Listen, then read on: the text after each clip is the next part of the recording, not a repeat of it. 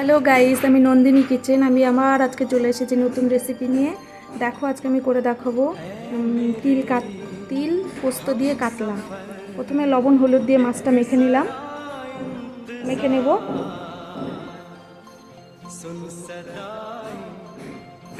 ভালো করে মাছটা মেখে নেব। এবার আমি কড়াইয়ে তেল দিয়ে দেব, মাছটা ছেড়ে দেব, মাছটা ভালো করে ভেজে নেব।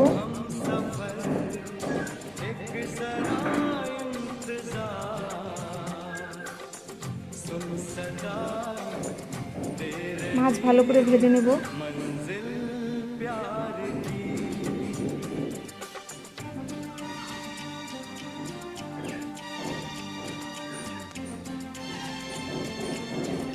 এইভাবে আমি সব মাছ ভেজে নেব।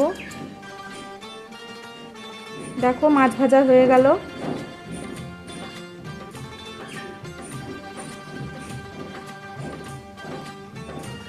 এবারে আমি দিয়ে দেবো একটা শুকনো লঙ্কা,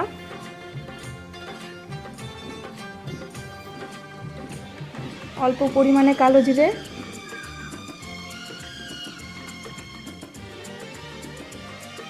এবার দিয়ে দেবো জিরা বাটা,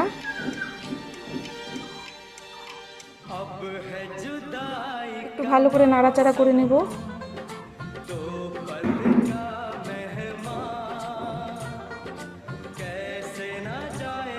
এবার দেব লঙ্কা বাটা, লঙ্কা দিয়ে একটু ভাজা ভাজা করে নেব মশলাটা। তারপরে দিয়ে দেব পরিমাণ মতো লবণ, পরিমাণ মতো হলুদ,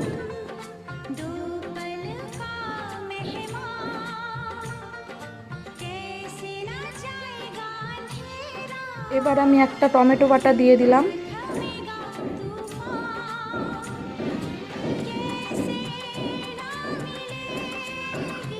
টমেটোটা দিয়ে একটু ভাজা ভাজা করে নেব।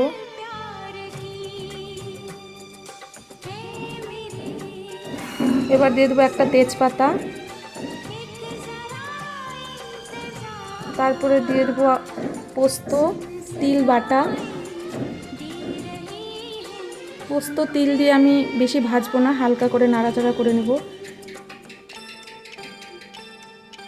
এবার আমি পরিমাণ মতো জল দিয়ে দেব।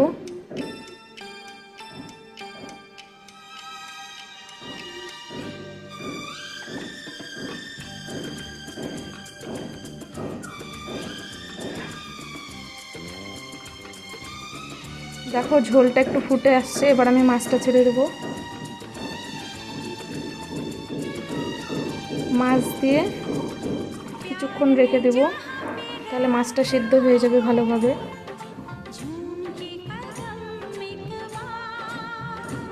এবার আমি দিয়ে দেব চিড়ে রাখা লঙ্কা। এবার আমি লঙ্কা চেরা দিয়ে দিলাম, দিয়ে ঝোল ভালো করে ফুটে যাবে। তারপরে আমি দিয়ে দেব সরষের তেল দিয়ে দেব। পোস্ত বাটাতে কাঁচা তেল না দিলে ভালো লাগে না, এই জন্য আমি কাঁচা তেল দিই। দেখো আমার রান্না রেডি। যদি আমার রান্না ভালো লেগে থাকে তাহলে আমার চ্যানেল লাইক কমেন্ট সাবস্ক্রাইব করে দেবে, শেয়ার করে